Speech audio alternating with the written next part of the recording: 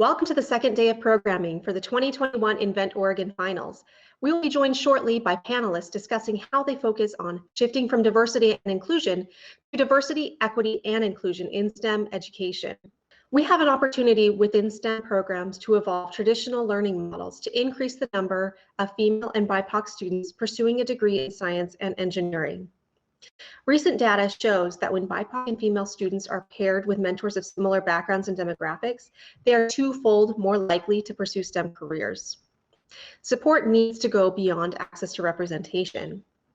Moderating this discussion is Deldelp Medina, the Executive Director at Black and Brown Founders. For more than 10 years, organizations have been engaging with her to build their understanding of demographic shifts. Her professional journey brings together years of technical expertise with a passion for ensuring that underrepresented voices are heard. Deldelp's work is building a network for Black and Latinx entrepreneurs to find success outside of traditional venture capital sources. Hello, everybody. Welcome to this fantastic conversation that we're about to have with two folks who are inventors. I think it's important to talk about innovation, but I think it's more importantly to talk about innovation as we're shifting in a cultural landscape in which we're both having a demographic and generational shift. So I'm excited to have this conversation with two folks who I know have been doing this work for a while. I'm going to let them introduce themselves, but first I'm going to introduce myself. My name is Deldelp Medina, and I am the Executive Director of Black and Brown Founders.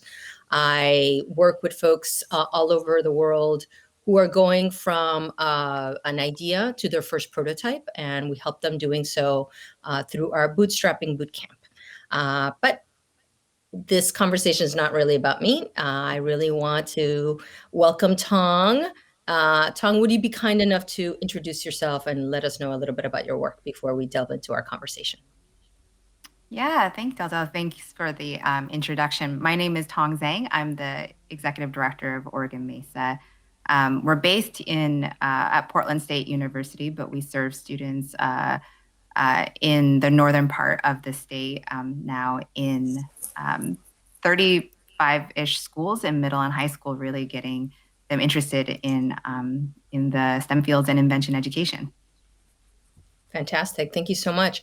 Carlos, would you be kind enough to introduce yourself? Yes, my name is Carlos Crespo. I'm a professor in the Oregon Health Science University and Portland State University Joint School of Public Health. I'm also Vice Provost for undergraduate training in biomedical research at Portland State University. I also happen to be the principal investigator for a biomedical research program called Build Éxito, and I'm more than happy to talk about that in a minute. Fantastic. Well, thank you both for joining us in this conversation. If folks see me kind of like dip down and look down, it's because I have some notes there. So just to let you all know, that's what I'm doing. I'm taking a look at my notes. But I think that we're going to get started with a conversation that I think with this question that is important to like kick off this conversation. Let's define what an inventor is first. So Tong, would you be kind enough to let us know who was the first inventor that you ever met or that you were in contact with?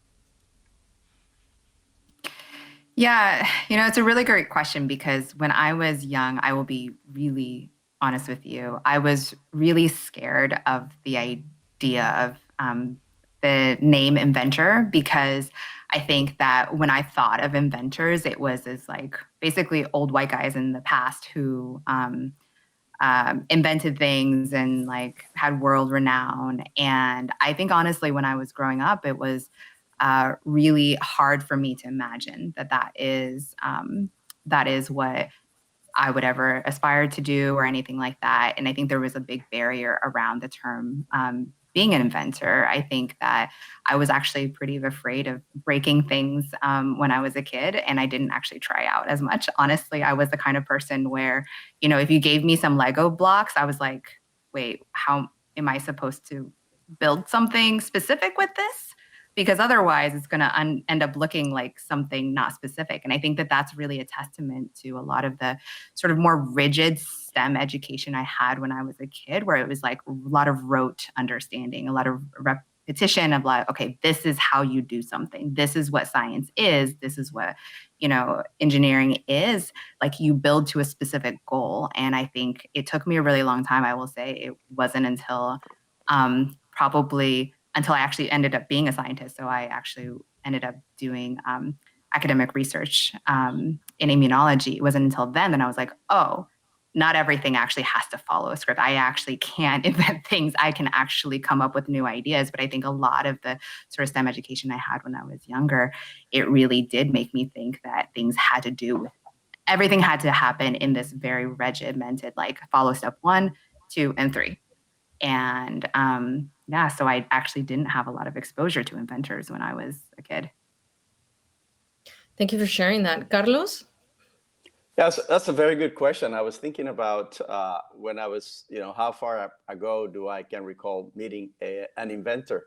And I recall my next door neighbor, he had just moved into this plot of land, and he built his own house. And I recall that he was the masonry, he was the plumber, he was the electrician.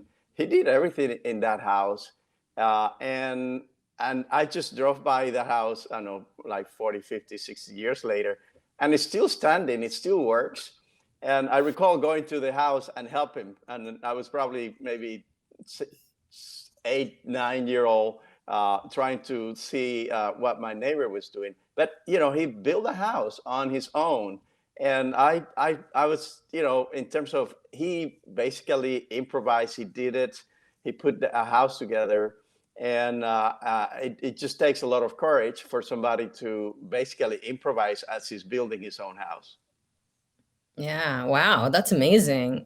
I mean, I think so often, there's that saying, need is what is the kernel of invention? Well, I always get that wrong. I'm terrible with sayings, but you get the idea. Yeah. Because I think so often, we think of invention, just like you were saying, Tong, like you were taught, like, here's a methodology. And based on this methodology, this is what makes you an inventor. I'm going to add this on before we go on to the next thing, which is, because it just occurred to me based on both of your answers, like, when you think, we've been talking about STEM now for the last, 10, 12 years or so, and STEM has been pushed as a thing. But I have seen this new conversation happening around, we should have STEAM, and how do we allow the arts to be a part of it? How do we incorporate some creative endeavors into STEM so that people have creative thinking skills? How do you think that transition is happening, and where do you see that there's opportunity to add arts and creativity into not just a teaching technique, but actually teaching opportunity? Who wants to take that first? I'm going to jump in because I have a thought, which is STEM. It's very objective. They're predetermined rules, just like Tom was mentioning, and there's rules about how you do something. Things have been established and at times they're actually very inflexible. And when you turn something that should allow you to think, it becomes exclusionary. And when you are not in that field, then you don't feel accepted. You're afraid of making an error. And for some people, you don't want to fail, especially in front of dominant culture, especially if you come from an underrepresented background. So this is one of the things that when we talk about STEM and STEAM, I think we need to have more flexibility for people to try things, for people to be able to fail without judgment. I think failure is a big part of being an innovator. Yeah. Tong? I completely agree with that. And I think that the aspect of arts being in STEAM, and I'm not a big fan of, even though I use the STEM terminology, I'm not a big fan of just acronyms, because I think that they lose meaning after a while. But I think that the point of what you're talking about is the creativity. It is the ability to fail. And I think it really is sometimes it doesn't have to, I think that there's also the creative mindset and an inventive mindset that sometimes it doesn't have to be about an end goal. Sometimes just the practice of being able to create things and to be and to practice problem solving. I think sometimes like we are so very like objective, oh, it must create this, but then you lose the opportunity to create things that maybe they don't end up on the first try ending up in something useful. But if you iterate on it and try different things, I think that creativity, I think when you bring in arts and you bring in sort of like the creative process, that's really where you get things that are honestly at the end, after iterations, probably much more useful to the world. No, thank you both for sharing that perspective. I think like the iterative process, I was literally talking to somebody about that yesterday, which is, I think we're having a cultural shift moment where we have to start moving away from everything has to be perfect right away to how do we iterate on things and in the process learn what people actually need and how they're going to use a product, service, opportunity, right? How to chunk things up so that we can actually be gaining data and understanding. And that I think a lot of the old systems and old ways of teaching required people that at the end of a semester, they had to have a perfect working prototype. Otherwise, that was a huge failure, rather than saying, okay, we're just going to experiment and we don't know what's going to happen at the end. We don't know what the outcomes are going to be, but we have to come from this place of curiosity. And I'm going to shift us to the next question because I think it's a pretty meaty question. As I mentioned at the top, we're undergoing a demographic and generational shift. Some places have already done this, but who gets to be an inventor in the US is a big question that we all need to answer. We know that showing the exposure to innovation and invention, education at an early age will affect people, how they decide to become an inventor, an entrepreneur, or follow a path in STEM. But in particular, when it comes to women and to folks that are underrepresented, folks who are being exposed are twice than likely to pursue these careers in innovation. How are your organizations working to ensure that folks that are minoritized have access to mentors of similar backgrounds and demographics? What does that look like for you both? Tong, do you want to get us started? Because I know that you based on your work all across all across Oregon, that is a question that you have to answer. Yeah, it's one that's really important. And I want to just highlight something that is one of the challenges in the work that we do, which is that the model of MESA is actually working with educators in schools. And so we provide professional development to teachers, and then they're doing invention education with their students. And I have to recognize that largely the workforce of teachers, especially STEM teachers in Oregon, are white women. And I think that a lot of the students that we work with don't identify that way. And I think that that's one of the challenges that we have in terms of having role models that our students see themselves reflected in. And so one of our sort of advocacy pushes has been working to get more diversity in teaching. So many alumni that I've talked with, when they have had the chance of working with a teacher who was a math teacher and they were a person of color, that was something that was really impactful for them. So I think that that's something that we are definitely pushing towards. But we are also in the same vein working with, college students who are mentors who go into classrooms, who some of the students can readily identify with. A lot of them are from Portland State and from very similar backgrounds as the students, so they can kind of see what their next steps may be. And I think more recently, we've been partnering with a lot of employee resource groups at companies and culturally specific professional societies like ACES and SHIP and NSBE. And those folks have been a huge resource for our students, where they can actually talk to folks who they feel like they identify with a little bit more, and really feel like they can ask some of the questions maybe they don't feel as comfortable asking others. And I think that just recognizing that together this ecosystem can support students, everybody is really important. But I think that, being able to it's important for students not to just have that one role model. It's important for students to have a community of folks that they can turn to that's like, oh, well, that person's story, like my teacher is super encouraging, regardless of their background, and that's really helpful for me. But then I can also have that professional that, maybe identify with a little bit more culturally, and I can kind of see what their pathway is like. And then, being able to have a college student where they can actually be able to see their next step. So I think I just think it's so important. It's not enough just to have one person, that's in any environment. You need to be able to have an ecosystem to support, especially because I think some of the barriers that students have to face, the systemic barriers, are just so large. So the more people they have in their corner, the better. Great, thank you. Carlos? Oh, Tong, you made a great point. I mean, it's important to be where things are happening. So one of the things that I would add is that you cannot be where you cannot see, and it's important that the students are able to see people that they identify with, doing the work, doing invention, being innovators, improvising, because that gives you a sense that you could be one of those people too. And it's so important to have this mentoring capacity at multiple levels.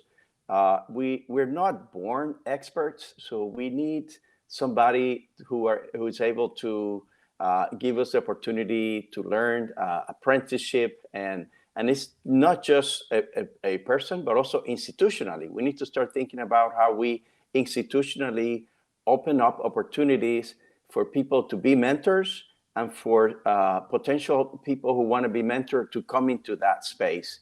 And that requires a lot of work from multiple places, not just things that happen at the individual level, but also things that happen institutionally. Great, thank you. Tong, I do have a follow-up question for you before we go on to the next one and we delve a little bit more into the work that both organizations are doing, which is when you talk about the mainly white women who are teachers, how do you support them to understand and grow their understanding on the needs of their students? What's that process like for you? Yeah, I think that's a really big question, and it's something that we're still working on. I think that we've been working on trying to adapt our curriculum in partnership with our current teacher base and bring in external experts so that we're just practicing it a lot more. I think that you see a lot of schools getting a lot more culturally responsive teaching practices into their classrooms, but sometimes that stuff is really separate for, I think that the STEM fields, STEM teaching, science and math teaching, always tends to be sort of the last in some of that work. A lot of it still focuses on history, potentially, anti-racist history teaching and around language arts. But I think that really what we've been working on is being able to build in those supports into our curriculum, being able to actually work with teachers on a one-on-one basis. Because one thing I will recognize is that in the areas that we work with, we actually work with a lot of different communities. So MESA is not a culturally specific organization. So throughout we work with underrepresented students, but that is very different in like Northeast Portland than it is in Salem. The demographics of those areas are very different. So what we do is actually partner with those teachers and also connect the teachers to community organizations who are doing the work so that we can be able to try to adapt the curriculum and adapt the settings to be responsive to the students' existing situations. Oftentimes, one of the things we do is we bring in clients from the community that students can interview. And so we're really careful. And when we're doing that, we're really, talking with teachers continuously about the fact that, who has power in this situation. When you're bringing a client into interview, are we just like using that client? Is it something where we actually have students be able to interview folks from the community and actually be able to provide value to them? So it's just a conversation. There is no magic bullet. So I will say, and we definitely haven't figured,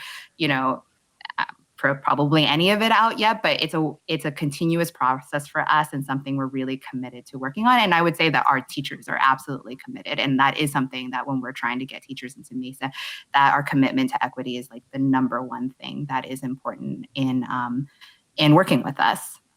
Yeah. So you're also using that iterative process to bring people's skill set up. And I say that because working with diverse populations and working within diversity and inclusion and equity in general is a skill set.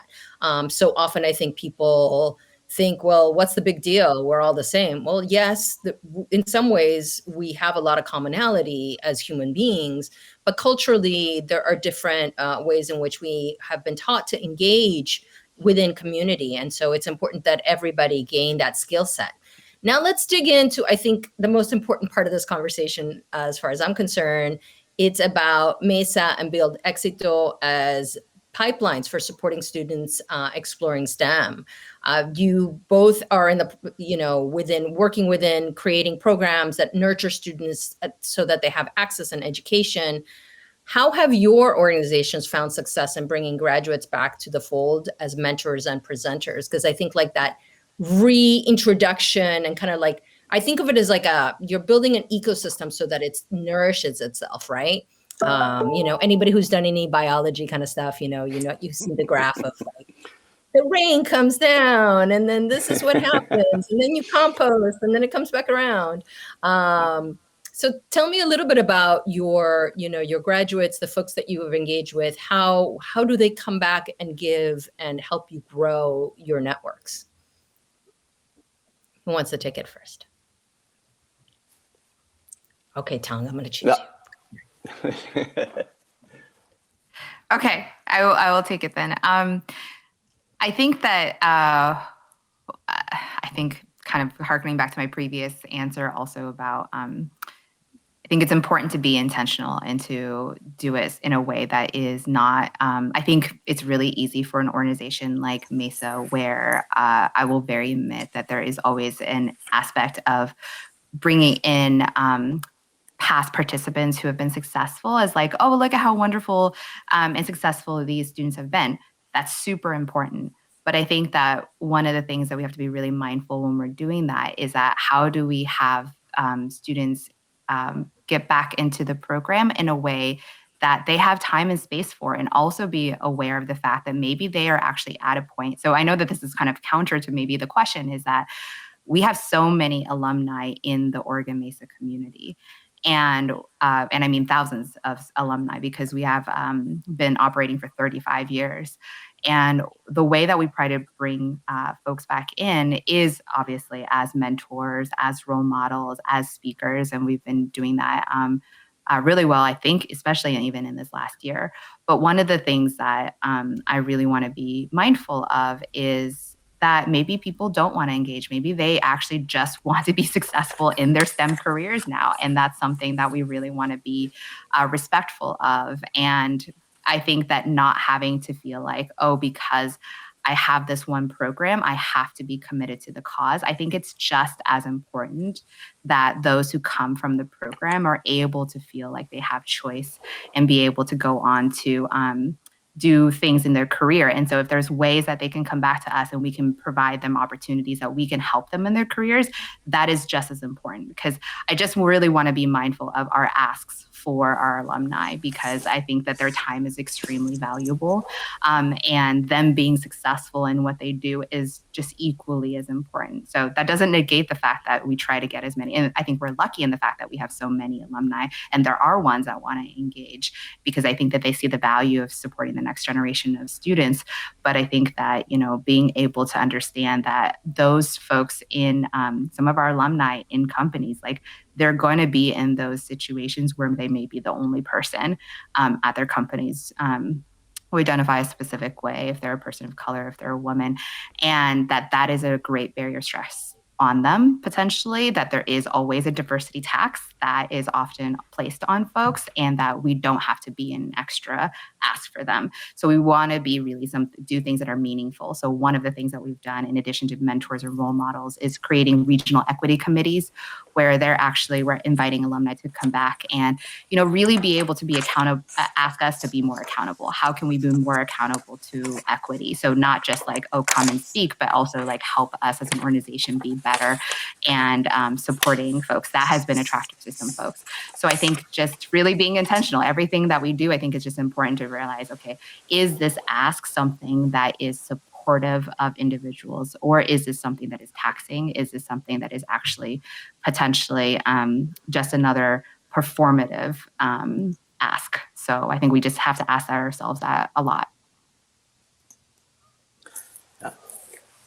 Actually, I'm just going to mention that in Build Éxito, one of the critical component of the program is mentoring, and there are 3 different types of mentoring that we have identified: peer mentoring, career mentoring, and research mentoring. And there's a place for each one of these type of mentoring in terms of supporting the students. Build Éxito, it's actually a research program, and we've been doing this for about 7 years now.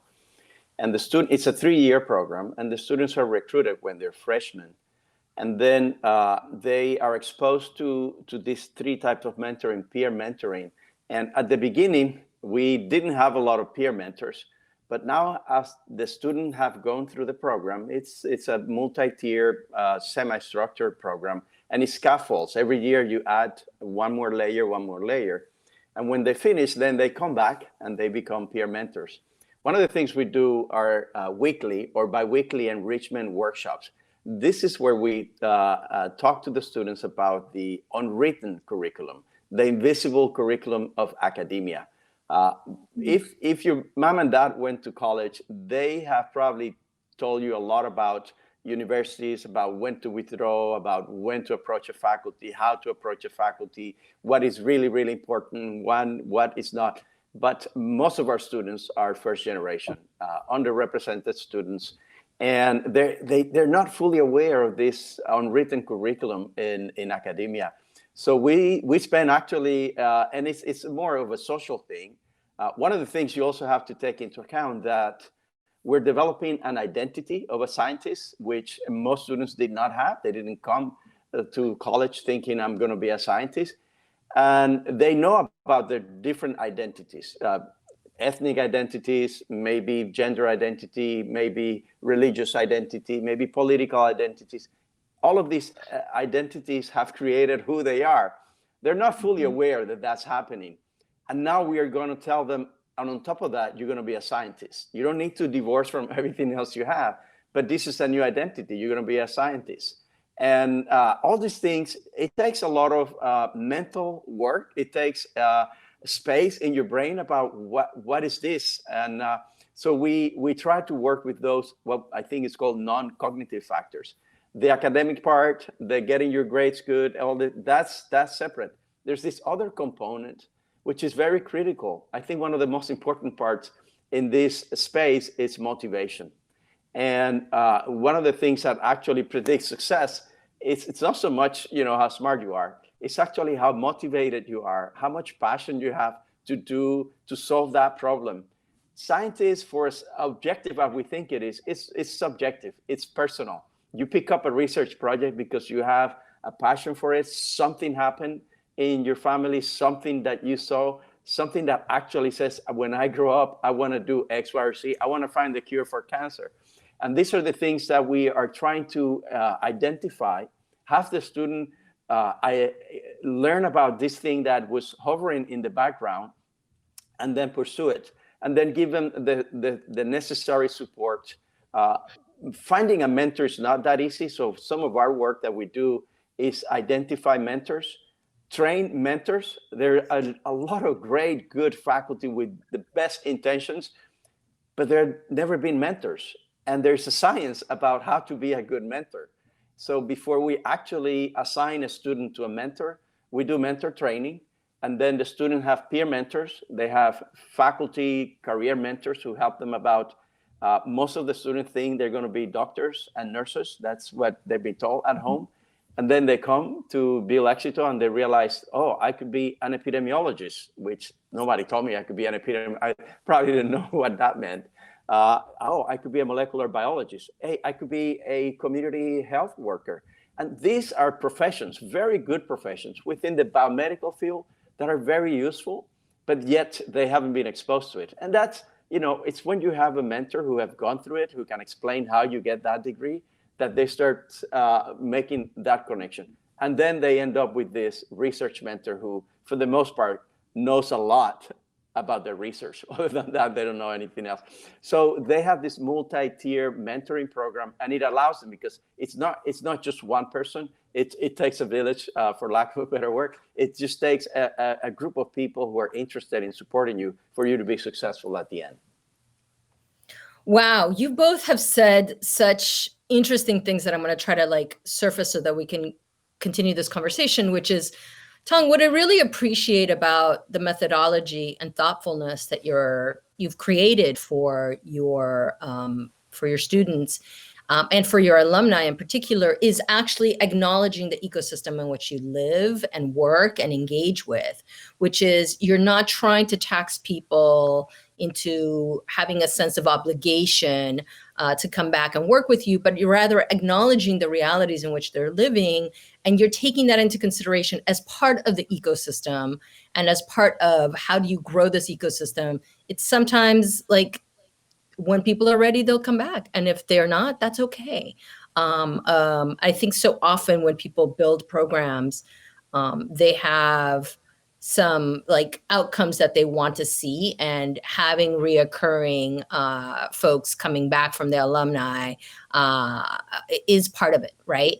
So I love the fact that you've been so careful and thoughtful about the real needs of the people you're serving, and also creating systems that allows them to hold you accountable as an organization so that the organization as a whole can grow. I think that was so beautifully thought. And then Carlos, what I love about what you're saying is that so often when you do come from, you're a first generation college grad, and you don't know and understand how the world works within academia, you have a lot of myths. I think that all of us have watched television, have watched movies about people in college, but then the realities of it are different, and then the opportunities are different. And so often when you don't come from an educated, college educated background, you don't understand how subtle, the work can be, and what opportunities there can be for growth, because no one else has done it before. So what would you know about that, right?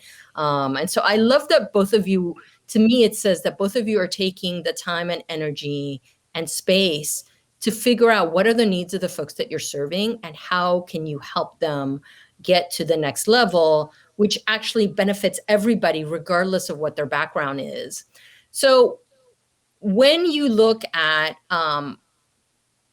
some other programming and you look past the recruitment, how do you think people's leadership can come into building equity? And what are the different pathways that you have seen people successfully step into their own leadership as a result of the work that you've done, whether it's like I've gone on and I've decided that I'm going to go for a PhD when I never even thought about a PhD because I don't know anybody that has a PhD in my life, or I've decided that I'm going to go and try this risky thing of being an entrepreneur because I think I have a great idea.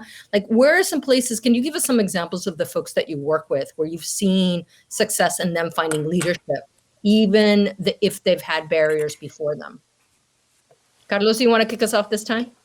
Yeah, I mean, we have had about 500 students that have gone through Build Éxito, but I'll give you a few examples, and these are, I mean, there's extremely successful stories.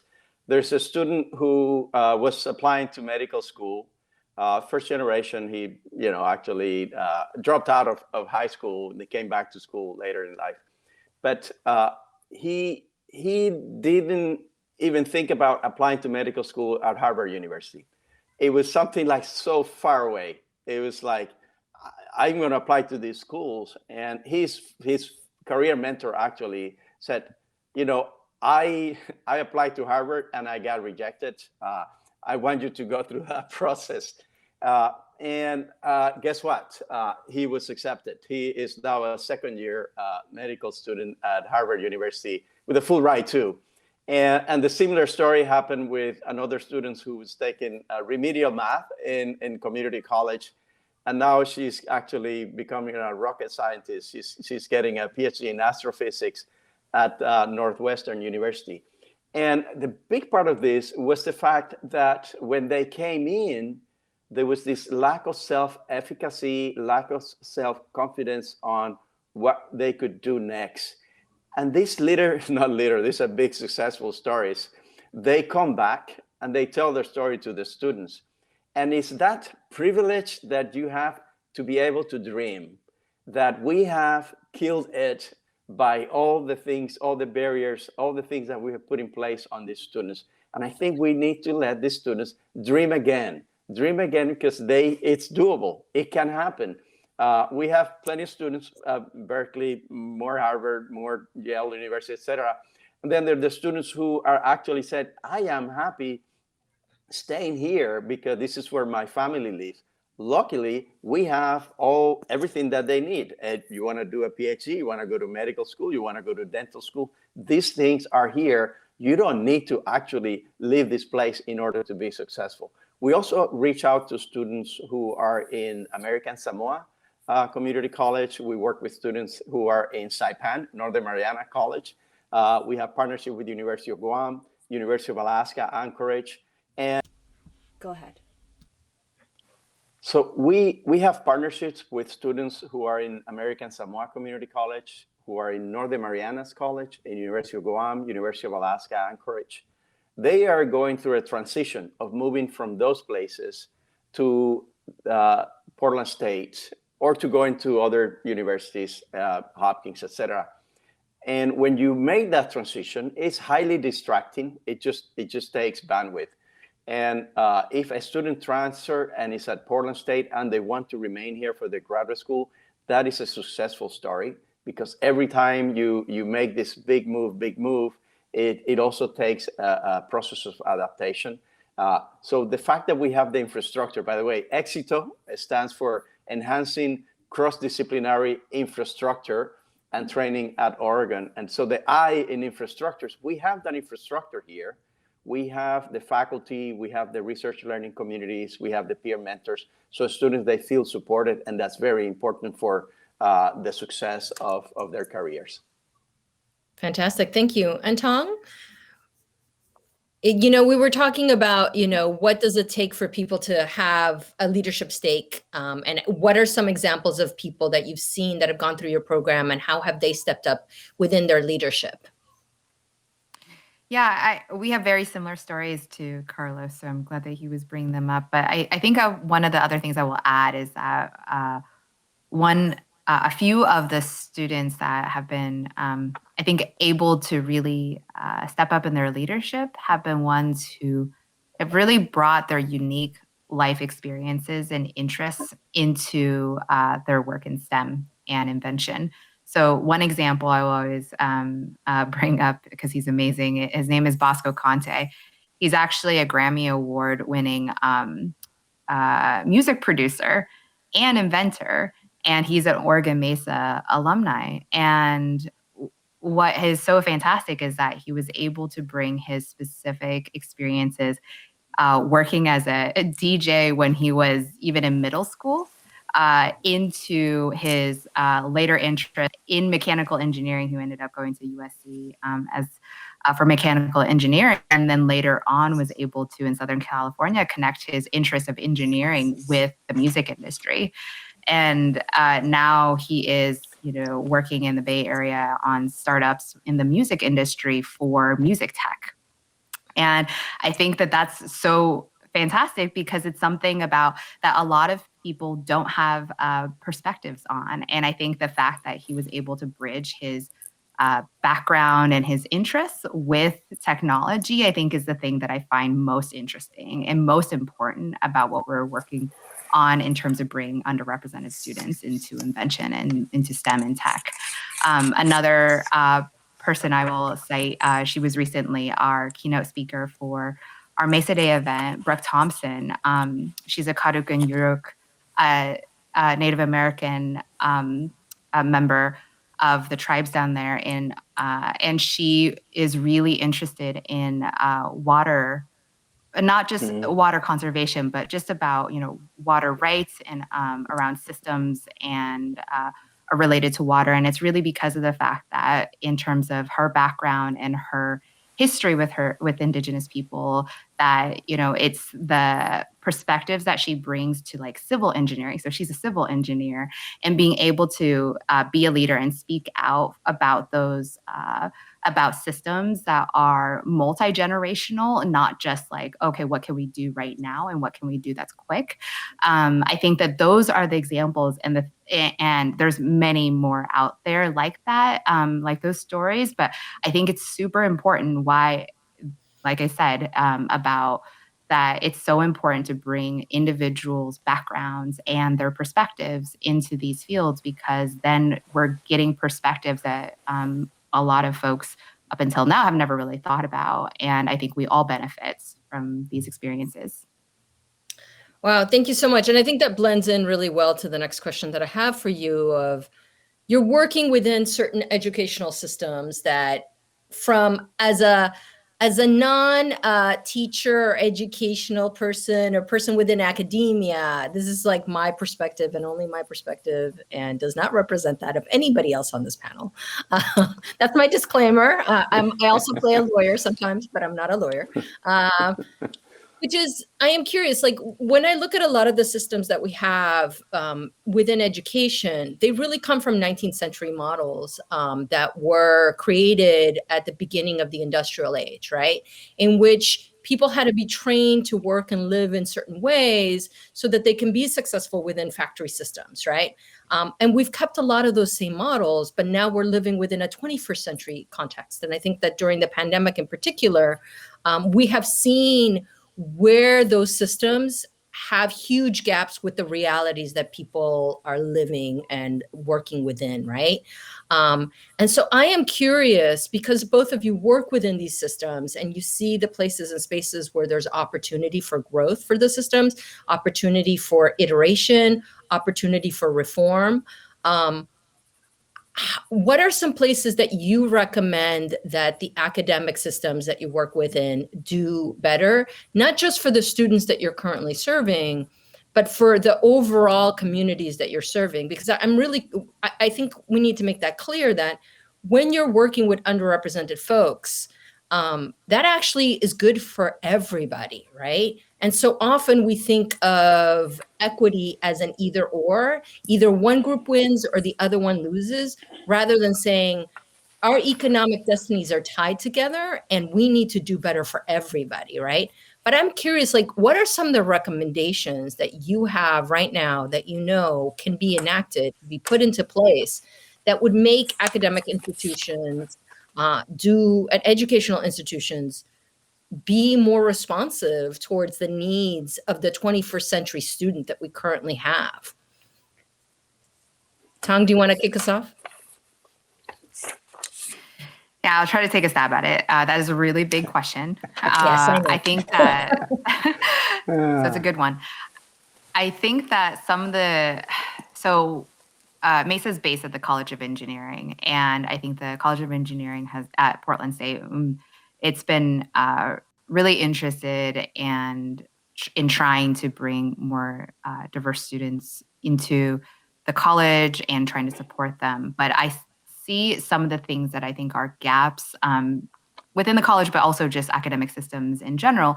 And some of those are the ones that are not thought about because they don't seem important. So examples like spaces. So I think that a lot of times we don't think about spaces on campus, and especially spaces like what you were talking about in terms, a lot of the structures are still built from sort of like 19th century and early like manufacturing. And the same thing with teaching, it's like, a person talking to a big room of people.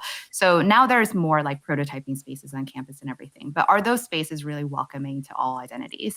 Are there ways that those spaces feel like, if I'm a young woman, am I going to feel comfortable going into the basement of a building where there's very few people around? that's a very small, it seems like a small thing, but I think that a lot of times we just don't recognize, like, are these spaces truly welcoming? Like, why is it not on the first floor? Why is it not, where there's a lot of, visibility? Why there's not a lot of lights? There's a lot of these like small things that we don't think about that are actually very exclusionary in terms of spaces that I think could actually really be useful for getting, especially I'm thinking like in that case, like engineering, getting more students and folks from underrepresented backgrounds engaged. I think also I think strategy I've seen really do work is around being able to create cohorts of some sort where people feel like they're engaged with other folks that they either identify with or even just like a diverse group of people that they can have a smaller conversation with. It's really hard for people who, and honestly, I will speak from my experience too. I went to University of Washington. It was a really large institution. I was in a biochemistry degree, and all of my classes was like me and like 400 people. When I struggled, I just kind of put my head down and kept pushing, but it was really hard to find people to connect with. And a lot of time that is really left on people who just happen to be outgoing, or if you just happen to be well connected with other people. But, if let's say you're a first generation student and you don't know how to navigate some of the processes, especially for some of these larger institutions, I think it's really helpful to be able to help build some community around cohorts. And I think that students, so like great programs like Exito and stuff. So maybe it's a good segue into Carlos, but I think that those programs really work where you are able to have a smaller group of people to connect with and be able to share experiences with. So maybe I'll just leave it at that before I, hand it over to Carlos to talk about his great programs. Actually, no, I appreciate that. I'm going to take my hat off.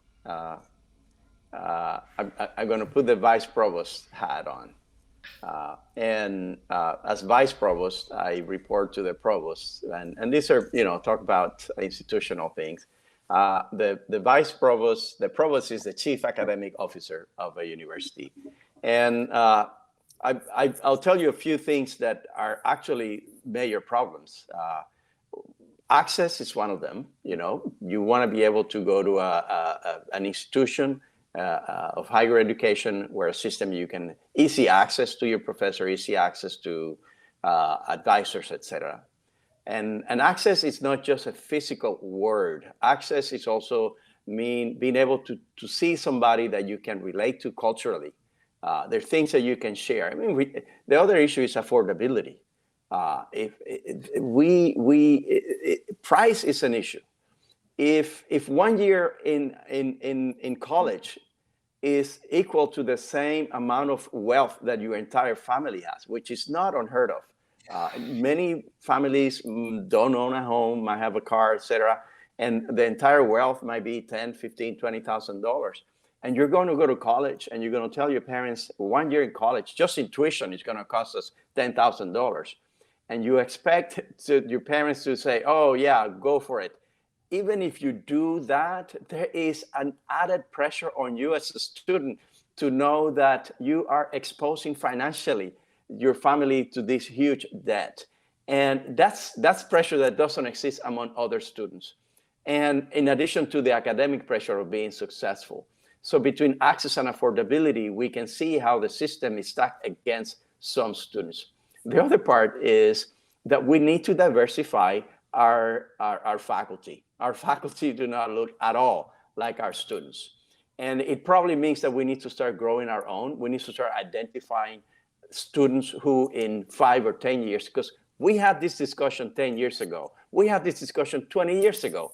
We knew that 40–50% of the kids in elementary school came from underrepresented backgrounds.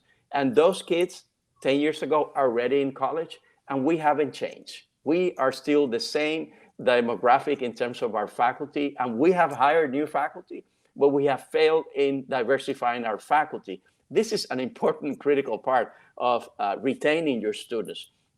The fact that a student come to you and say, this is the first Latino faculty I've had, and ask, are you a senior? Yeah, it's the senior students who never seen a Latino faculty teaching a class. And that's sad. That is sad because we should be able to do better. We are in a national crisis in terms of talent. The same faculty that I want to hire, the same minority faculty, the same diverse faculty that I want to hire, Michigan, Harvard, all the other big name university wants to hire. So as they are taken, then there's not enough pool. And that's a national problem, that we don't have a good supply. And we have created institutional barriers to prevent minority students from actually going to graduate school. And I want to follow up with Tong's comment about these large classrooms. I don't think we should have classrooms that are 200, 300, 400 students. It doesn't help anybody.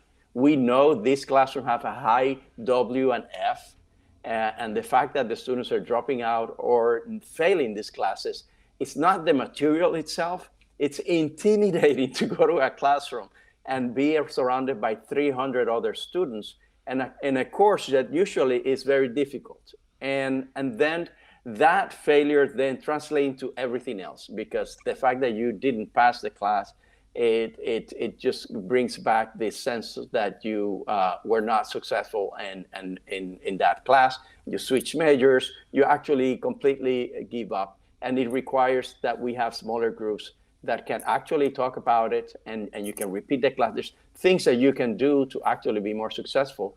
And universities can actually afford to have 3 or 4 sections. I don't think we need to have these 300 classrooms. I'm fighting this battle at my own institution, and I think it's happening at major universities too. Oh, there's one more thing. It's just that, yes. And you mentioned it earlier, it's the diversity tax. The few minority faculties that we have, they end up being actually the faculty where all the other students are going. And this doesn't give you brownie points when you come for tenure. And these are the things that we need to fix. Like, just because you're a minority faculty, you don't need to be the mentor of all the students who are minority. I think we need to diversify in our faculty would actually reduce the burden on the few faculties that we have in place. Wow, you both have said a lot. So I'm going to try to break it down a little bit as we wind down, which is, when you're under stress, you're excreting cortisol. And when you're excreting cortisol, it actually makes your decision-making ability in your brain, it kind of blocks it. Like, so, the front part of your brain that helps you like discern, learn, engage becomes really hard for you to do so. So Tong, when you talked about having an inventor space in a basement, I have to say, I was like, oh my God, I would never put myself in a situation, especially when sometimes classes do require people to have an all-nighter. I can't imagine wanting to go into a basement to go work on a project and spend the whole night there without any security. Like, it would make me very, very hesitant to take on a class like that, even if I had an interest. And so often we're asking people to make decisions about their day-to-day lives and their own sense of safety and well-being in the world that actually creates a barrier for them to succeed based upon our own human chemistry and our own human biology, which is why I thought what you were saying that was interesting, Carlos, that it's all about resources. And so, there's, once again, I'm going to mangle a saying, like, based upon, how you spend resources, you're telling us about a society's value. And so often we have these stories and we hear we hear this idea of students are important, but the reality is between where we're investing money, how we're investing that money, and how we're creating systems to make people successful, none of it actually reflects the fact that we want students to be successful and that we find education to be important in this country. I think like the democratization of education is also important. So Carlos, when you were talking about those big classes, like, I didn't go to UC Berkeley, even though I had a chance to, because of that, because I saw people that were in classes with 300, 400 people, and I knew that that was not going to be possible. So I preferred to go to City College because that allowed me to be in a smaller classroom, even though it was less prestigious for 2 years. So that I could get my foothold in. I was just like, I'm not going to be successful in this other system. And that a lot of those systems were created with the idea of we're not trying to educate the majority of people. We're actually creating systems to make people fail, like the grading on the curve as a thing. The first time I experienced that in college, I was shocked by it. I was like, you mean it doesn't matter how much effort I put in, you're putting me in competition with a whole bunch of people I don't know from the beginning of the semester, that you're not creating a system of cooperation, but you're actually creating a system in which I'm battling it out with some people. Like I have to say, like some professors that did that, I would actually leave their classes. I'd be like, I'm withdrawing because this isn't serving me. This isn't about my own education. And it was very subconscious, this reaction that I had. But the longer I've thought about it, the longer I realized, like, imagine if we created systems in which we made sure that everybody learned calculus, that it was as important for everybody to learn calculus just as it is important for everybody to learn how to read. And that we acknowledge that people have dyscalculia. We acknowledge that people have dyslexia. We acknowledge that people have other kind of barriers that make these things difficult. But we created systems in which it didn't matter what your barrier was. You're going to learn calculus because it's an important skill set for everybody to have.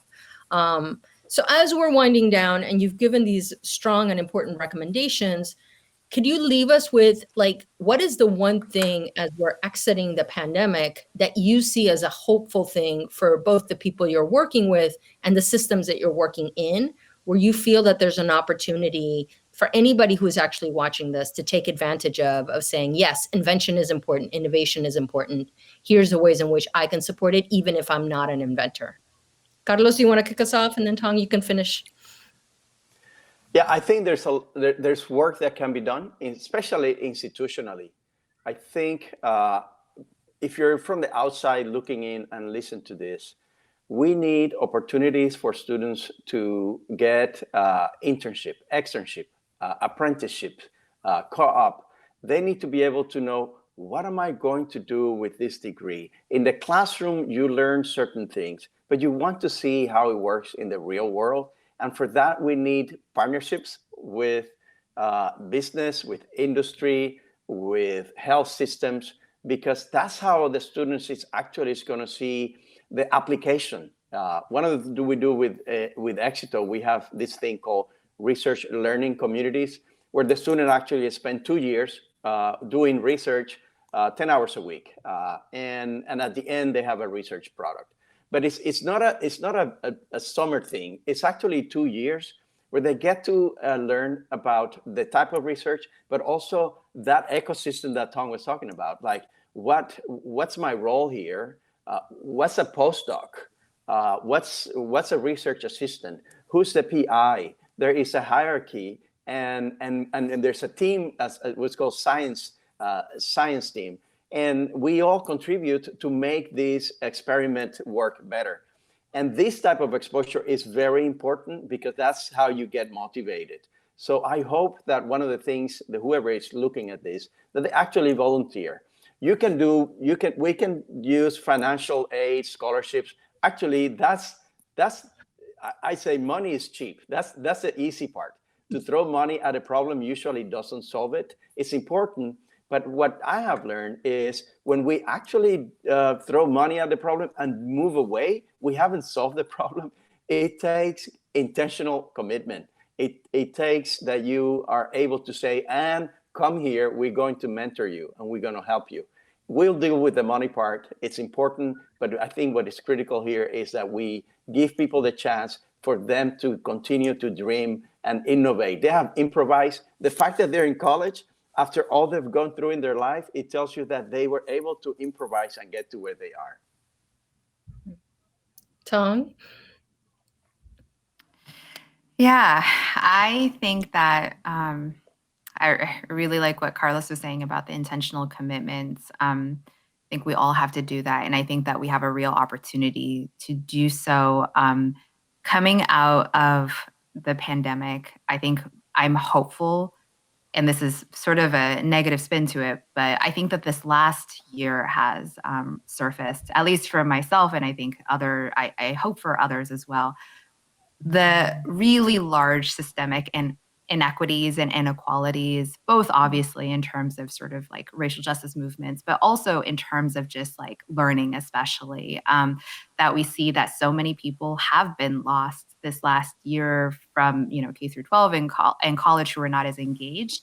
And I think is that we are ourselves inventive so that we don't just go back to the normal systems, that we look at this past year and we think like all these problems that we were able to just ignore previously because we could say like, oh, this is the way that things are always done. This is the way that, you know, these systems are supposed to operate, and we're comfortable doing that. Nobody has done normal things, I think, that this last year. Everybody has been actually pretty inventive. And you know what? We're actually capable. These big, large institutions are capable of change and pivoting in really drastic ways. I will say that from my own organization, we've been doing things a specific way for a long time. And this last year challenged to completely think differently because we just couldn't do programs, we couldn't do events, any of the ways we were comfortable doing. And I think we're better for it because we're able to actually think like, well, maybe actually coming out of this, you know, we definitely hope to be in person, but, you know, is traveling for some people to an event really that equitable? Yes, we want to see people, but, you know, maybe actually we should think about which things should we actually continue doing online where there's actually additional language accessibilities. We were able to bring ASL interpreters. We were able to bring different translators at a more mass scale virtually than when we were in in-person events. You know, obviously we're going to do in-person events next year, but thinking, I would say for institutions also like schools and higher ed, what are the things that we realize in this last year that we shouldn't ignore anymore? These problems, like, I think that would be a huge missed opportunity is if we just go back into normal. We're like, oh, yay, the pandemic is over. We're just going to go back into what we've already always done. And it's worked for us, except we realized this last year, it wasn't working for us at all. We just ignore the problem. So I think I am actually hopeful that I think hopefully more people are aware that there are issues and that we have a real exciting opportunity to do things better. Well, I want to thank both of you for this conversation around opportunities for folks to create innovation and what it takes to create ecosystems that will support people to be innovative so that we can solve some of the issues that we have. And also, I want to thank both of you for being so open and honest about some of the issues that we have before us as you know, as folks that are interested in this work and interested in having a more equitable future, but also for having done those pivots and having made those changes and showing that there is opportunity even in moments of distress, even in moments of you know, deep pain, because I want to acknowledge that we've lost a lot of people this year as a country, and in particular communities that are underserved, the Black and Latinx community in particular, anybody who has any sort of immune issues, healthcare issues, we've lost people and people are in grief. And so I just want to acknowledge that as well, that even in moments of grief, it's lovely to know that people are doing amazing work to keep us going and to get us to the next level. So congratulations to the both of you, to the folks you work with, to the folks you serve. I want to thank everybody for listening. How can people find you? How can people connect with you? How can people support you? Could you let us know what are your handles? What are your websites? All that sort of fun stuff. Tong, do you want to go first? Yeah, ours should be easy. You can find us at Oregon Mesa, MESA.org. That's our website, and we use the same handle everywhere else on social media, except we got hacked on Twitter, so now we're Mesa, Oregon, so not Oregon Mesa. So keep that in mind. And you can find Bill Éxito. You go to the Portland State University website, pdx.edu/éxito, and that takes you to our website. You can also email us at éxito@pdx.edu. Yeah, those are easy ways to find us. Fantastic. Well, I want to thank everybody for listening. And I hope that you follow up and you do engage these two organizations, whether it is that you're looking to mentor, support, give people paid internships, because interns should be paid. Also donate I think that these are two fantastic organizations that are doing the work. And so if you are interested, please follow up with them. Thank you all. And I hope you enjoy the rest of the conversations. That was inspiring. Programs like MESA and Build Exito are working hard to build space for innovation and creative exploration. Nurturing this way of thinking is leading the way for intuitive and beautiful breakthroughs. We continue to make room for invention to be more accessible by supporting experimentation without putting all the value on successful completion of an idea. The work that comes from trying, testing, questioning builds confidence and passion for curiosity. Faculty can strive to support the idea that failure isn't failure, but one step in the process. Many universities are working hard to nurture diversity and inclusion within STEM programs. There are ways to go further. Creating equity comes from many sources. Hiring faculty that are just as diverse as the student population, evaluating how the spaces they have are accessible to all, and continued investment in how the resources being provided actually serve students. One of the key elements that the Invent Oregon team works on is creating a mentor and resource network. This includes industry leaders and past participants in innovation programming.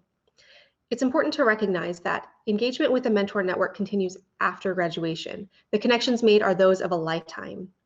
We strive to ensure that anyone participating in entrepreneurship programming from PSU is connected to a network that supports not only their innovation, but understands cultural struggles. I hope that everyone watching today takes a moment to look at where they can best serve as a resource for the next generation of innovators. Don't forget to register for the pitch presentation by our student competitors, live on June 25th, starting at 9 a.m.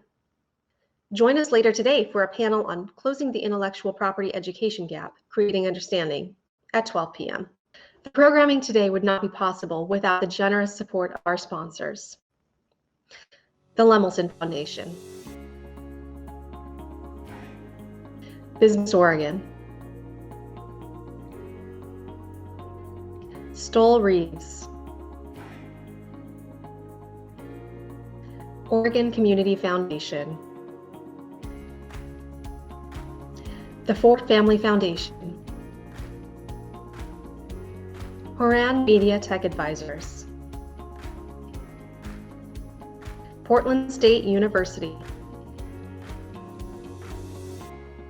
Wells Fargo,